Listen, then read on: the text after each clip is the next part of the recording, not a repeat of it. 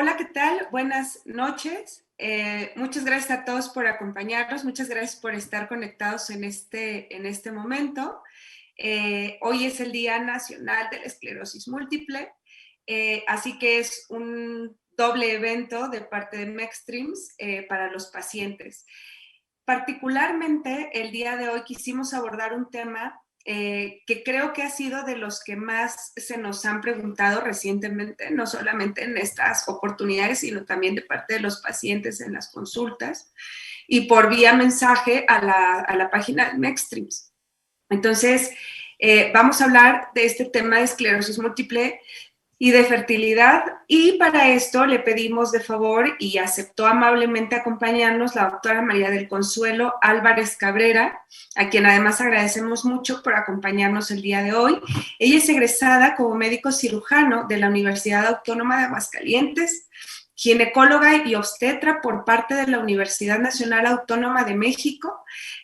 Realizó esta especialidad médica en la Unidad Médica de Alta Especialidad de Ginecología y Obstetricia número 4, Luis Castelazo Ayala. Además, realizó la subespecialidad de Medicina Materno-Fetal por el Instituto Nacional de Perinatología y está certificada por el Consejo Mexicano de Ginecología y Obstetricia. Entonces, le agradecemos mucho el que haya aceptado participar con nosotros el día de hoy. Vamos a escucharla y terminando vamos a tener una sesión de preguntas y respuestas para que por favor vayan enviando sus preguntas y las tengamos listas al terminar, y por favor no se desconecten porque después vamos a hablar sobre el Día Nacional de la Esclerosis Múltiple. Muchas gracias. Hola, muy buenas tardes a todos. Agradezco mucho la invitación para participar en este foro tan importante, hablando de una de las enfermedades que aquejan también a las pacientes embarazadas, como es la esclerosis múltiple. Mi nombre es María del Consuelo Álvarez Cabrera, soy ginecóloga y obstetra. Además, tengo la subespecialidad de Medicina Materno-Fetal por el Instituto Nacional de Perinatología. El día de hoy me toca hablar sobre algo que es importante en los pacientes que padecen esclerosis múltiple, es hablar sobre todas las dudas que surgen alrededor de la fertilidad.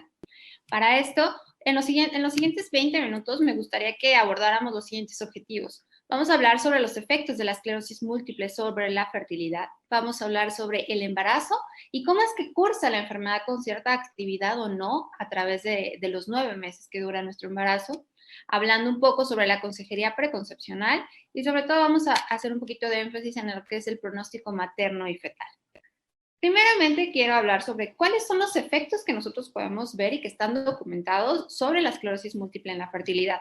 Si bien es cierto, sabemos que de 2 a 3 veces la esclerosis múltiple es más frecuente en mujer y tiene una media de aparición alrededor de los 30 años, es decir, durante la vida reproductiva de las mujeres. Durante estos años, incluso es mucho más frecuente la prevalencia que encontramos en la población femenina de 15 a 1 en relación a la población masculina. Es importante considerar que muchos de estos casos tienen un debut o una aparición por primera vez durante estos años de vida reproductiva. Si bien es cierto, diferentes estudios en todo el mundo han buscado cuáles son los efectos específicos de la esclerosis múltiple sobre la fertilidad, no está bien establecido que tenga una cierta afectación puntual. Sin embargo, hay algunos estudios que han sugerido que la hormona antimuleriana está reducida en estas pacientes, y esta hormona antimuleriana es uno de los marcadores que tenemos sobre aquellas pacientes que están con una producción ovárica, una producción de folículos altamente susceptibles de embarazo. Ahora bien, ciertas discapacidades musculares y neuromusculares sobre todo, pues van a afectar también desde otro punto de vista la fertilidad. Específicamente estamos hablando de la disfunción sexual. Obviamente esto afecta tanto a pacientes masculinos como a pacientes femeninos. En el caso particular de la plática, en el cual me voy a enfocar un poquito más en la paciente femenina, bueno, la disfunción sexual puede presentarse desde un 30 hasta un 70%, es decir, esta es una gran variación en la cual va a depender de otras circunstancias como son las redes de apoyo, las facilidades que tengan sobre el acceso a los tratamientos y sobre todo el apego que lleven a ellos. Otro punto a considerar sobre la fertilidad es que durante el tratamiento de la esclerosis múltiple utilizamos ciertos fármacos modificadores de la enfermedad. estos tienen un potencial teratogénico. ¿Qué quiere decir con potencial teratogénico? Bueno, que durante el periodo de embriogénesis del ser humano, estos medicamentos pueden ocasionar ciertas mutaciones puntuales genéticas en la formación de órganos y sistemas, por lo cual es importante aconsejar a la paciente que busca el embarazo que deben de suspenderse estos medicamentos. Y esto es un punto a considerar en la plática que tengan con el neurólogo, que es el encargado, es el maestro de la cabecera del paciente con esclerosis múltiple, para poder establecer cuáles van a ser aquellas pautas de seguimiento terapéutico que vamos a tener con estas pacientes. ¿Qué otros efectos maternos podemos esperar? Bueno, es bien sabido que si bien por una parte la esclerosis múltiple no hace a una paciente más susceptible a ciertas complicaciones perinatales, sí hay cosas que debemos de cuidar en el control prenatal de estos pacientes, ya que se ha visto que incrementa el número de hospitalizaciones durante el embarazo y la tasa de cesáreas. Esto está relacionado por la debilidad muscular que pueden llegar a presentar en algún momento determinado las pacientes que se embarazan. Y esto también va de la mano con el mayor número de partos instrumentados. Las pacientes con esclerosis múltiple también tienen 1.7 veces mayor el riesgo de restricción del crecimiento intrauterino. Y esto es importante que durante el control prenatal pues se lleve un seguimiento de la curva de crecimiento de estos bebés. También incrementa la frecuencia de las infecciones de vías urinarias, sobre todo en pacientes que padecen la comorbilidad de vejiga neurogénica, que puede presentarse de forma asociada a la esclerosis múltiple. Algo muy importante que debemos de considerar es que las recaídas de la esclerosis múltiple disminuyen en el embarazo, pero pueden llegar a presentarse en los primeros 3 a 4 meses posparto. Y esto es muy importante porque está en relación a los cambios hormonales que surgen en el embarazo. Si bien el embarazo no altera la historia de la esclerosis múltiple ni los efectos a largo plazo, sí debemos de considerar lo que habíamos comentado previamente, algunos efectos puntuales, sobre todo de las metas terapéuticas que pueden interferir sobre todo en el periodo de embriogénesis. Otros síntomas que pueden llegar a presentarse en conjunto a la vez de la aparición del embarazo es que puede empeorar la fatiga, el dolor de espalda o los problemas urinarios e intestinales, el aumento de las infecciones de vías urinarias, como ya previamente comentaba, y en caso de alteraciones de movilidad grave puede incluso aumentar la espasticidad y la reducción de la movilidad, reduciendo incluso, pues, más bien aumentando la discapacidad neuromuscular que pueden llegar estas pacientes, sobre todo el tercer trimestre, siendo un trimestre donde es importante aquí el crecimiento exponencial que tiene el feto, obviamente el incremento del líquido amniótico y el incremento de la frecuencia de complicaciones como son diabetes gestacional o hipertensión en el embarazo, las cuales debemos de ser muy, muy, muy cuidadosos de poder diferenciar de algunas recaídas de la esclerosis múltiple o de alguna otra comorbilidad de la cual la paciente también padezca. Dentro de la consejería preconcepcional, es decir, ¿qué es lo que nosotros podemos aportarle de información a las pacientes que en algún punto determinado padecen de EM, pero que tienen también el deseo de poder ser madres en algún momento? Bueno, primeramente debemos de partir desde la etiología. Sabemos que en la esclerosis múltiple hay múltiples teorías sobre cuáles se da la enfermedad, pero un componente genético importante. Y es aquí donde nosotros, como médicos obstetras, como maternofetales, encargados en los embarazos de alto riesgo, es donde entramos en juego.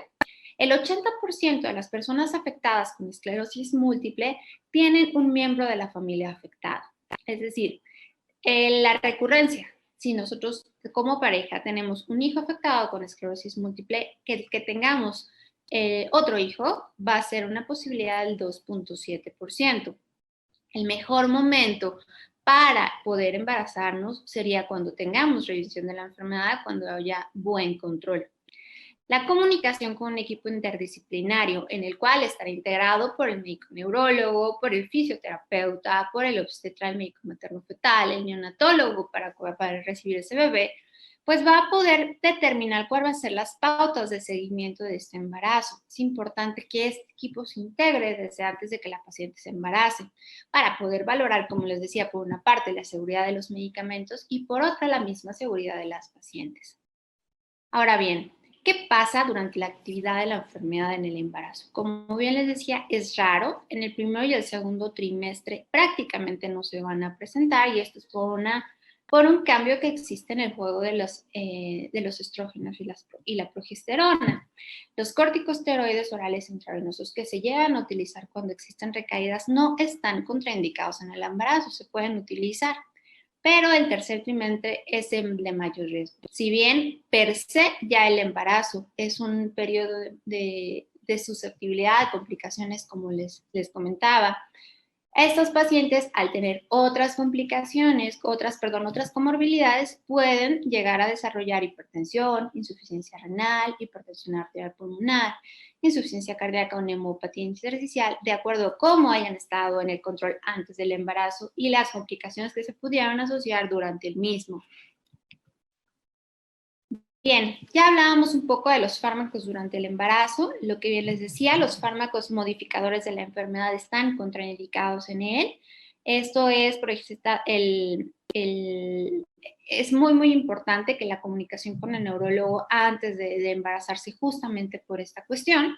Y si bien algunos estudios han demostrado que el interferón beta y el acetato de glatirámero no están, pudieran llegar a ser seguros durante el embarazo, todavía no está universalmente aceptado que podamos utilizar. Esto va a ser muy importante que si los llegáramos a utilizar, hacer una vigilancia fetal, en qué momento si llegaran a utilizar para darle el seguimiento a este bebé con los ultrasonidos de tamizaje de primer trimestre, ultrasonido estructural. Sobre todo vigilar la curva de crecimiento de estos fetos. La vía de nacimiento, por otra parte, debe decirse, es decir, cuándo y dónde van a nacer o de qué forma van a nacer. Bueno, eso va a ser de acuerdo a condiciones obstétricas. No hay hasta el momento algo que nos diga esclerosis múltiple igual a cesárea. Pero sí se deberá de considerar en casos graves de alteraciones neurológicas. Es decir, cuando la paciente esté más en riesgo de sufrir alguna lesión al momento del trabajo de parto, la posición de litotomía, aunque ahorita en este momento, pues la libre posición que las pacientes escojan, pues es altamente aceptada, siempre y cuando no se vea involucrada la seguridad tanto de mamá como de bebé. En aquellas pacientes que han tenido actividad o recaída, pues sí se valorará la inducción del embarazo una vez que llegue a término, es decir, después entre las 38 y las 39 semanas. Ahora bien, durante el parto sabemos que existe la opción de anestesia epidural, es decir, la analgesia obstétrica. Esto sobre todo se ve favorecido en aquellas pacientes en donde tienen cierto incremento de la espasticidad.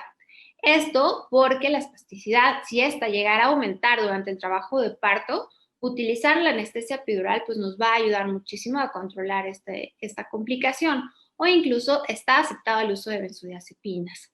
Esto también va a ser un manejo integral con el anestesiólogo que sea parte de nuestro equipo al momento de la atención obstétrica de esta paciente. Debemos de también considerar en este momento del embarazo los diagnósticos diferenciales como preeclampsia, de acuerdo a que pudiera tener una presentación de una esclerosis múltiple con enfermedad grave o la disreflexia autonómica que nos pueda estar simulando un episodio de hipertensión en el embarazo grave como sería preeclampsia.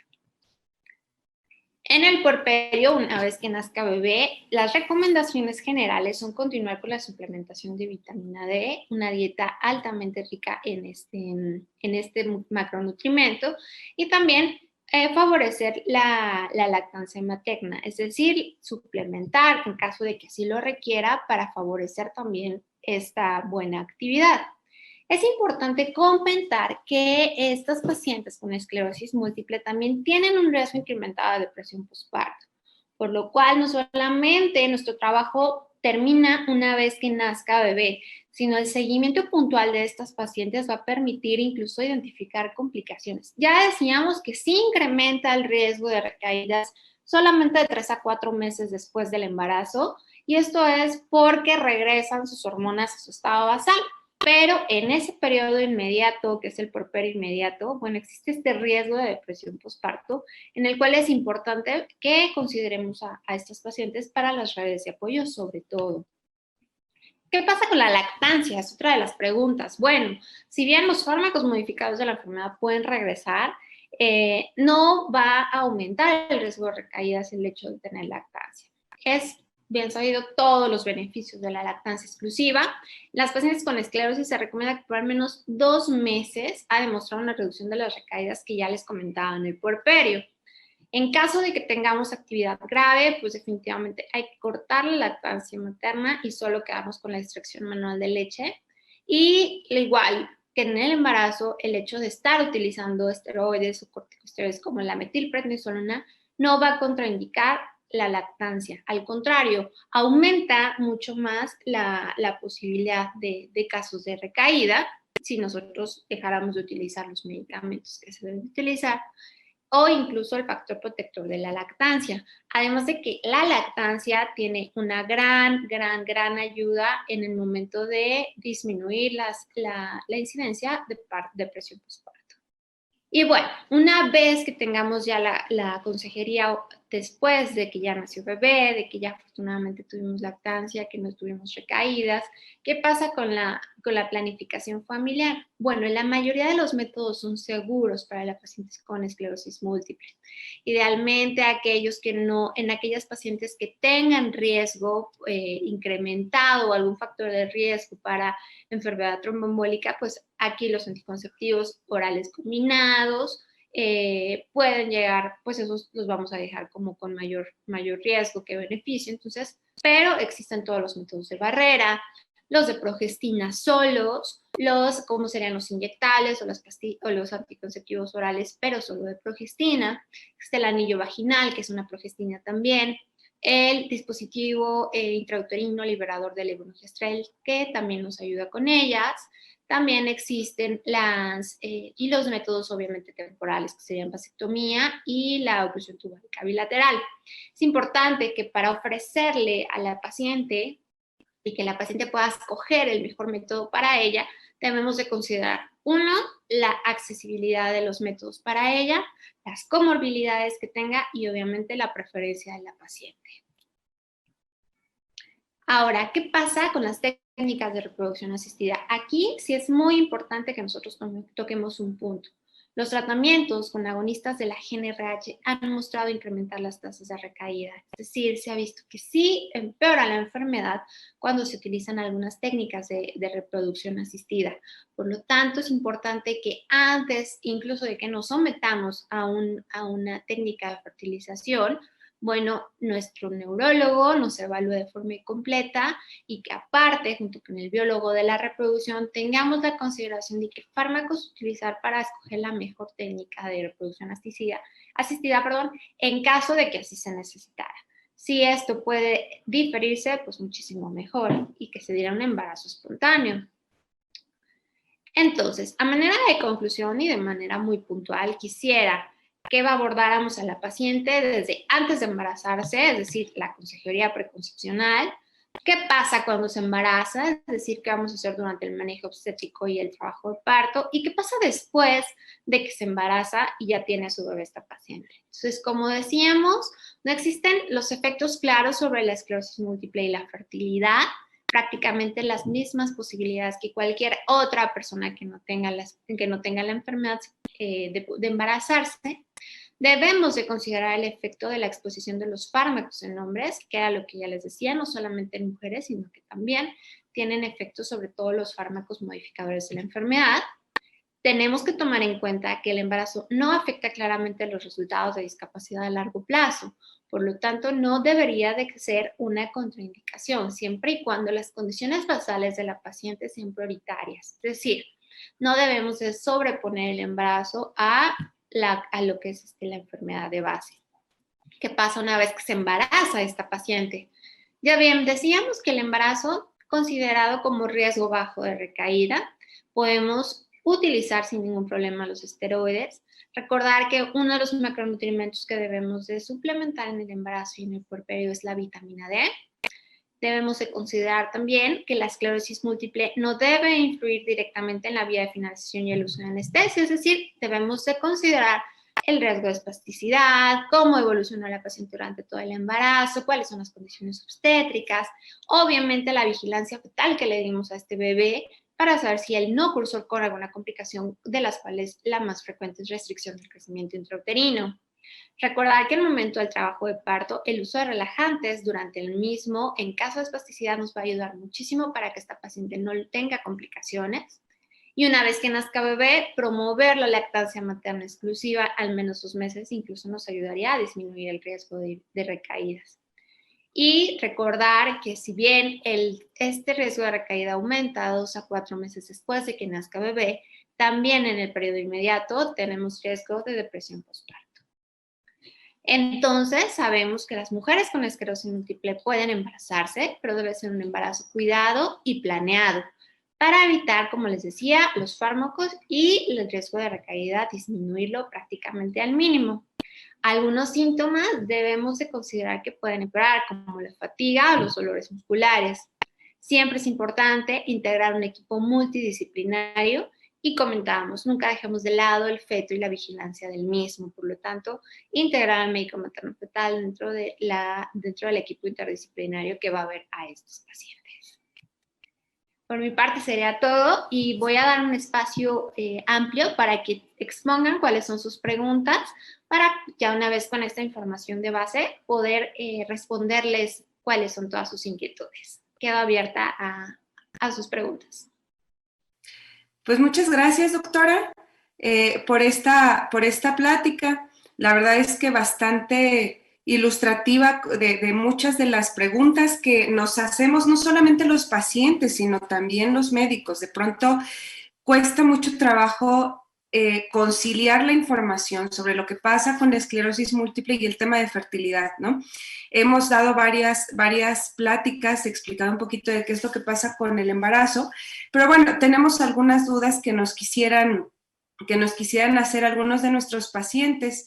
Y una de ellas nos dice, el doctor Gudiño primero agradece mucho a la doctora Consuelo por haber dado esta plática y nos pregunta qué fármacos actuales en el tratamiento de la esclerosis múltiple, como los anticuerpos monoclonales, si tiene algún comentario al respecto, si están contraindicados o no en el embarazo. Pues una disculpa, tuvimos un problema técnico con la doctora Álvarez, algo pasó con su equipo que no se pudo mantener, esperamos a ver si es posible que se vuelva a conectar, pero si no, bueno, por el momento regresamos con algo de información sobre esta pregunta que nos hace. La verdad es que es algo un poquito que está todavía en discusión, muchos de estos medicamentos son nuevos, y la verdad es que creo que podemos hacer algún comentario al respecto. Aprovechamos para presentar a la doctora Merced Velázquez, quien es presidenta de Mextreams en este momento. Y bueno, creo que ella nos puede dar un poquito de información sobre algunos trabajos que se están realizando en este sentido ahora en nuestro país. Sí, cómo no, muchas gracias. Buenas tardes para todos. Ha sido este día históricamente un día que queríamos tener, que queríamos vivir en México, el poder decir que teníamos un Día Nacional de la Esclerosis Múltiple. Y estamos encantados de poder contribuir con algo, con un granito de arena a partir del grupo neurológico. Les agradecemos mucho su participación, les agradecemos mucho que estén colaborando y quisiera comentarles que como mesa directiva nos propusimos tener una idea de cómo está el ambiente sobre los medicamentos en México y cómo está específicamente el ambiente en torno al embarazo, cuáles son las recomendaciones.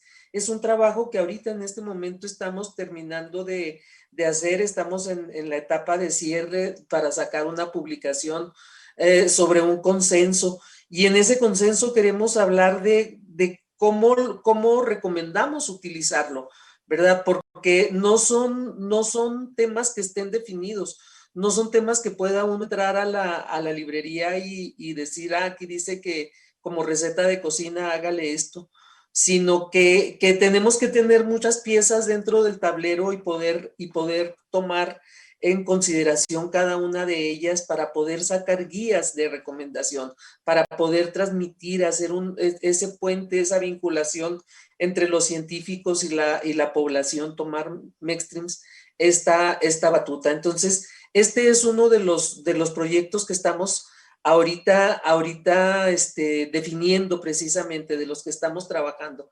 Porque como dice la doctora, o sea, debemos considerar que algunos medicamentos son muy nuevos, tan nuevos que apenas de la etiqueta con la que salieron, que decía ciertos riesgos, apenas están haciendo modificaciones para ajustar. Entonces, todo esto es continuo, es un conocimiento que tenemos que desarrollar en forma continua. Ok, ya la doctora Álvarez se pudo reconectar, entonces vamos a escuchar su respuesta a esta pregunta.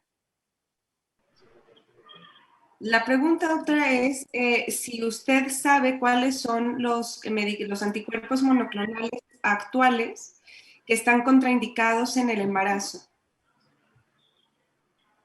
Ok, bueno, de entrada, como bien decía la doctora, debemos individualizar el caso. Específicamente en el primer trimestre es cuando tenemos que hacer la suspensión de los medicamentos que son modificadores de la enfermedad.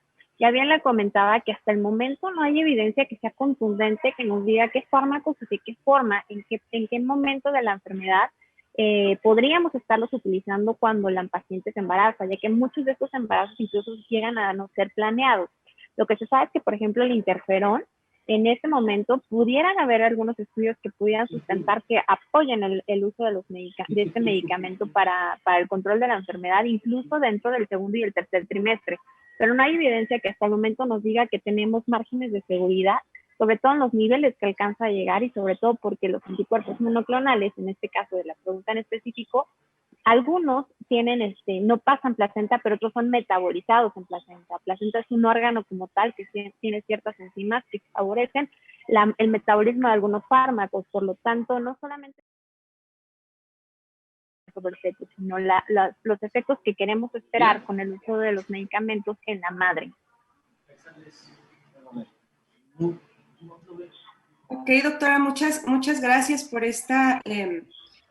por su comentario. El doctor, a propósito, nos hace alguna otra pregunta. Nos dice, ¿qué hacer ante una paciente embarazada que presenta una recidiva? Deben ameritan el manejo interdisciplinario. Idealmente, de la mano del obstetra, un médico materno fetal, por la vigilancia fetal que se pueda tener, pero de antemano les comento, el feto en una paciente embarazada con esclerosis múltiple es el que menos se va a afectar realmente. Entonces, aquí la prioridad siempre va a ser la salud materna. En este caso, no está contraindicado el uso de los esteroides, ya sea intravenosos o orales. Obviamente, esto va a ir de la mano de la pauta terapéutica que indique el neurólogo, porque el comportamiento prácticamente preconcepcional de estos pacientes que se suba a cargo de él. Entonces, no hay ningún problema en que se utilicen estos fármacos que se utilizan para las recidivas y sobre todo que ahorita, en el momento, independientemente del trimestre en el que se encuentre, el feto es el menos afectado realmente con las recidivas. Entonces, la prioridad va a ser la recuperación de la paciente. Muchas gracias, doctora. Fíjese que a propósito de esto, voy a aprovechar para hacer una pregunta. La realidad es que cuando una paciente, como usted bien lo explicó hace rato, aunque es raro que pueda presentar una recaída durante este periodo, ¿no? Cuando llega a suceder, absolutamente de acuerdo con usted en que la prioridad es restablecer el estado de salud de la mamá. En ese aspecto, creo, y usted creo que nos puede ayudar a resolver esta duda, hay un poco, o hemos encontrado un poco de controversia en el tema del uso del esteroide. Como usted bien dice, se sabe que se debe utilizar, pero hay algo por ahí de evidencia respecto a que su uso, sobre todo en el primer trimestre, pudiera ocasionar malformaciones fetales, principalmente en el tema del labio leporino. Entonces, la evidencia no es mucha en el sentido de la metilprednisolona, el gramo diario que aplicamos durante 5 días, que son las dosis habituales al menos, ¿no? Hay más evidencia de prednisona oral en las pacientes con lupus o con otras enfermedades. Pero en ese aspecto, ¿usted qué les podría decir a las mujeres que están embarazadas y que requieren, es necesario que tomen algo más, deben de tener miedo, deben rechazar el uso de esteroides o hay alguna indicación en particular, aparte de lo que ya comentó.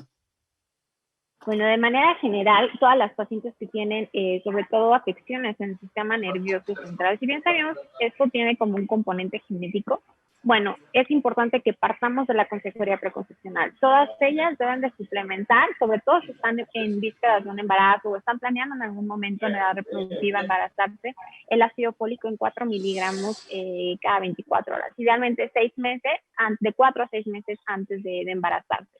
Esto va a proteger un poquito más el sistema nervioso en el periodo de embriogénesis de los fetos. Ahora bien, el hecho de que haya una recidiva, si bien lo decíamos, sobre todo va a ser en el segundo y en tercer trimestre, cuando vamos a estar un poquito más tranquilos en el momento de que, al momento de hablar de las recidivas. Primer trimestre ciertamente es un reto porque es dentro de los 3 en el que más podemos encontrar recidivas, si bien ya de entrada los niveles de estrógenos que tenemos en este trimestre nos favorecen una protección inmunológica ante las recidivas, pero de ahí, cuando se ve la necesidad, hasta el momento, si tenemos la opción de poder utilizar los esteroides bioorales, adelante, que son los que tienen un poco más de margen de seguridad a través de la barrera placentaria. Pero si es necesario utilizar los esteroides intravenosos, no se ha visto que haya un efecto directo sobre algún otro órgano en específico. Si bien labio paladar hendido incluso pudiera ser también, lo comparten este mismo riesgo las pacientes con epilepsia, lo comparten otro tipo de enfermedades, hasta el momento no es una malformación que funcionalmente sea grave para bebé. Y realmente la evidencia no ha sido tan contundente para decir medicamentos intravenosos, en este caso esteroides, los bolos de metil, van a hacer que bebé 100% vaya a tener este riesgo. Entonces, es más probable que haya una pérdida gestacional o que incluso haya otro tipo de complicaciones brincando las 16 semanas, el hecho de no utilizarlo. Entonces, la recomendación general es someternos a los tratamientos, para la recidiva en el primer trimestre. Y aquí la recomendación sería no perdernos del tamizaje del primer trimestre, que es entre las 11 y 14. En esta, la evolución que hacemos los maternos fetales es un abordaje integral de la paciente para ver sus perfiles de riesgo y hacemos una evaluación estructural temprana de bebé, en la cual nosotros podemos evaluar cuáles son los efectos que hayan tenido durante el primer trimestre, porque eso lo hacemos hacia el final del mismo, de los medicamentos que se hayan utilizado en caso de residuos. Muchas gracias, doctora. Creo que esto es muy útil, ¿no? Porque a veces los pacientes, e incluso nosotros como neurólogos, con honestidad, le tenemos un poco de miedo, ¿no? Porque de pronto pasan cosas y bueno, no sabemos exactamente cuáles son los riesgos, pero esto creo que lo aclara muy bien. Ahora, nos preguntan adicionalmente, nos dicen, hola, buenas tardes, quisiera saber qué riesgos puede haber al yo tener 42 años de edad, nunca haberme embarazado, ya que lo hemos intentado y no se ha logrado. Yo me inyecto interferón y pregunta si no será por eso que no se ha podido embarazar. Tendría que suspender el interferón para ver si logra embarazarse. Y dice, nos han hecho estudios y todo está en orden. Si nos podemos embarazar o no. Entonces, si dije mal algo de la pregunta, por favor, vuélvanosla a escribir, pero creo que en resumen eso es lo que nos querían preguntar. Bueno, de antemano sabemos que las tasas de fertilidad de una paciente sana a una paciente con esclerosis múltiple prácticamente son las mismas. Tenemos las mismas posibilidades de embarazarnos. Los fármacos no modifican per se las tasas de fertilidad. En este caso, la pregunta va dirigida hacia el interferón. El interferón no está causando, en este caso, la infertilidad, ya sea, no es causa de infertilidad secundaria, que es cuando es secundaria o una causa de. En este caso, a partir de los 35 años, de manera general, nuestro stock de folículos que van a ser potencialmente embarazables, por así decirlo, va disminuyendo. Entonces, después de los 35 años, las posibilidades que tenemos de embarazarnos espontáneamente van disminuyendo significativamente. Ahora bien, por otra parte, se sabe que hasta ahorita la evidencia es, pues no afecta fertilidad, pero hay estudios más recientes, sobre todo hechos en Europa, en donde se ha visto que este efecto que tiene inmunológico, la esclerosis múltiple, afecta directamente a los folículos durante la etapa de pubertad y adolescencia. Es decir, va a disminuir un poco nuestras tasas de fertilidad a través de las mediciones que se han hecho con hormona antimuleriana, que es la que utilizamos, que es el marcador más sensible para poder saber si nosotros tenemos todavía posibilidades de embarazarnos.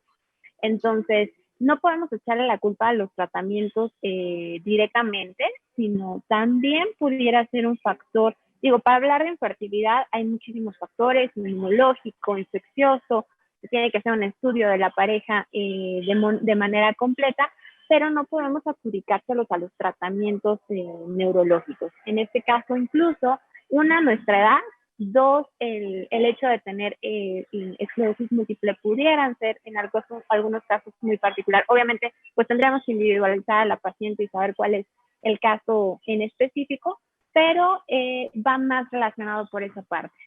Ok, entonces, en concreto sería, no nos suspende el medicamento, ¿no?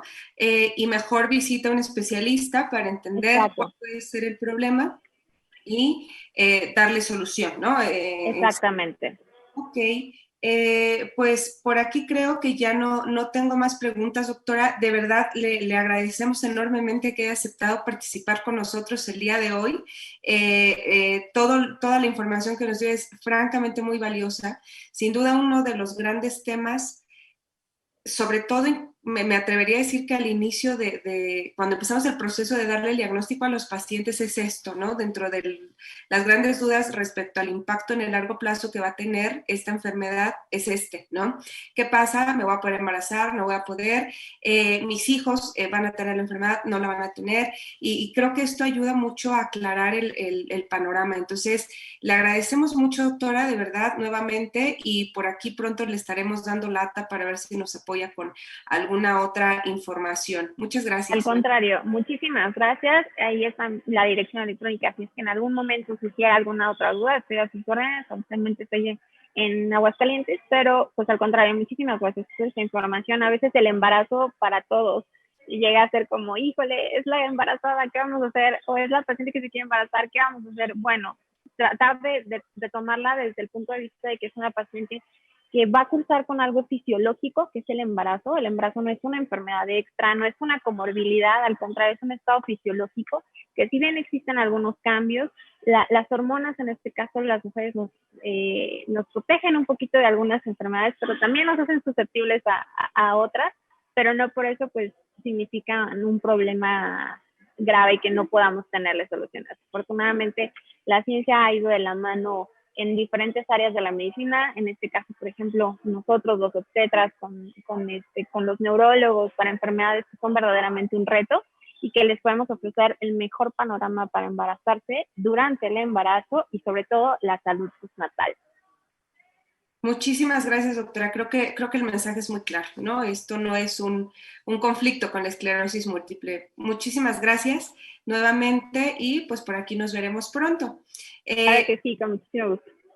Yo me quedo con la doctora Velázquez a propósito del Día de la esclerosis múltiple, porque si bien estamos un poco limitados en cuanto a las actividades que regularmente hacemos, ¿no?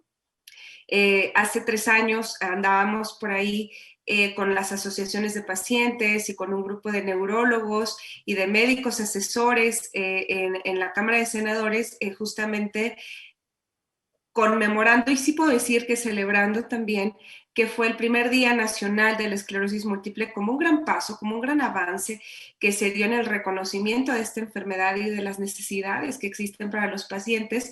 Pues ahora estamos un poco limitados en poder hacer una actividad así de pública, así de grande y con tanta asistencia, ¿no?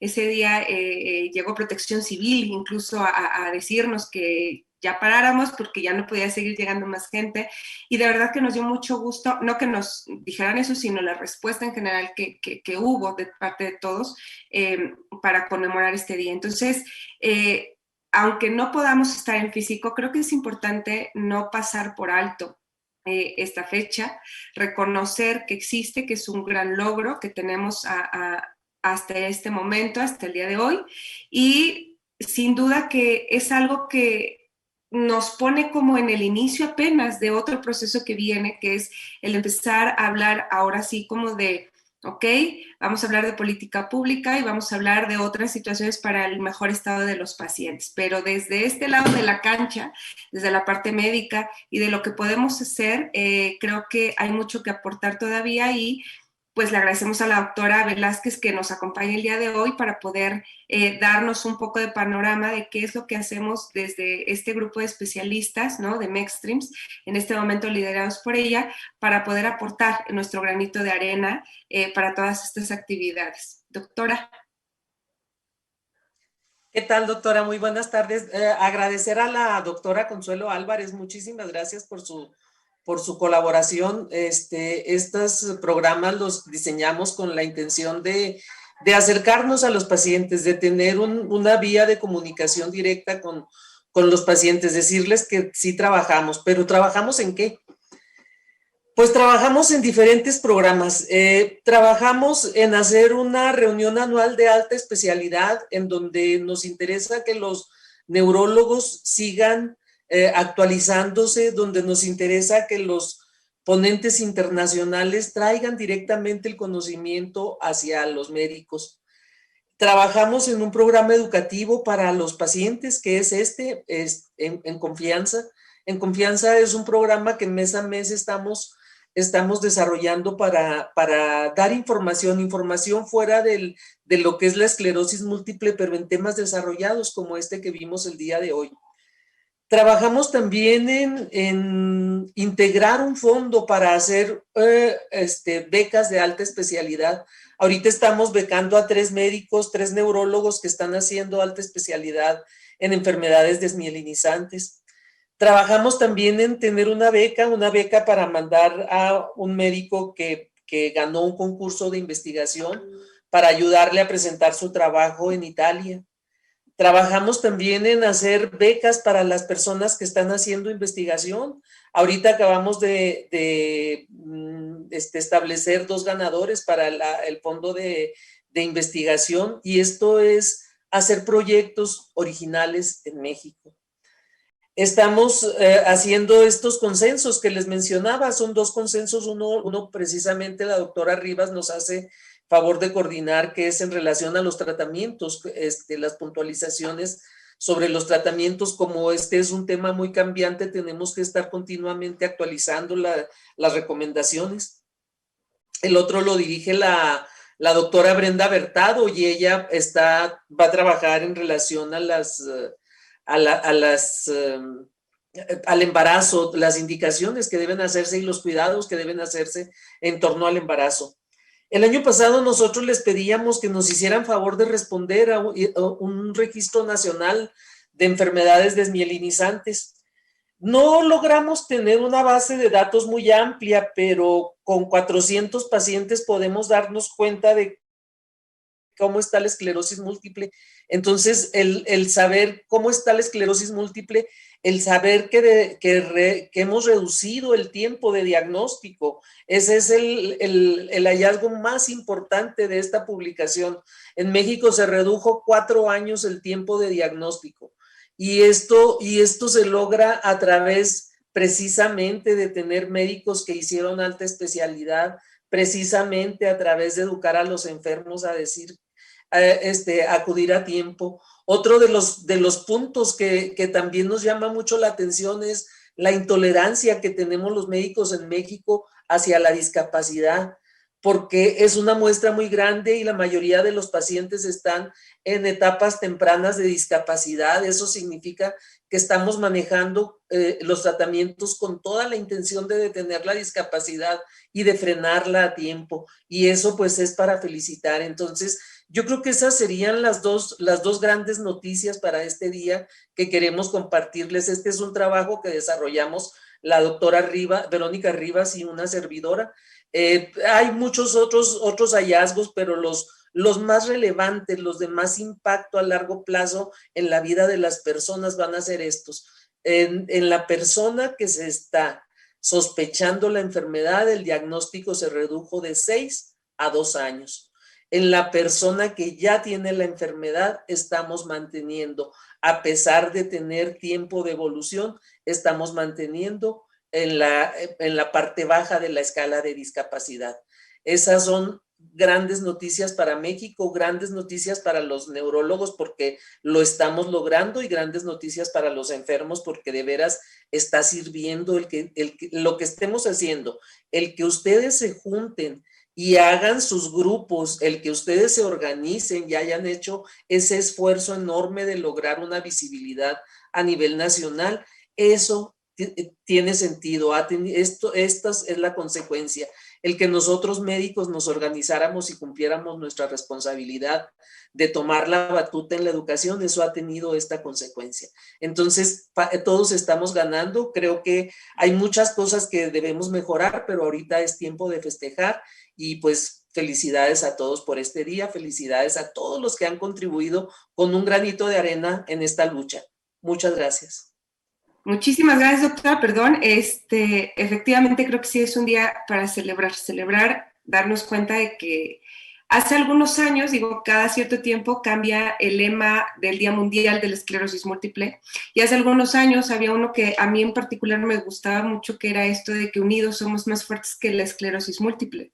Y creo que sin duda con estos avances y con estos hallazgos queda demostrado, ¿no? Entonces, pues un abrazo a todos, esperamos que sigamos teniendo grandes noticias, que sigamos teniendo avances en cuanto no solamente al tratamiento, sino a la visibilidad que tiene, la conciencia del resto de la población, del resto de los médicos de que esta enfermedad existe. Y pues por lo pronto nos vemos el próximo mes, el último miércoles de cada mes.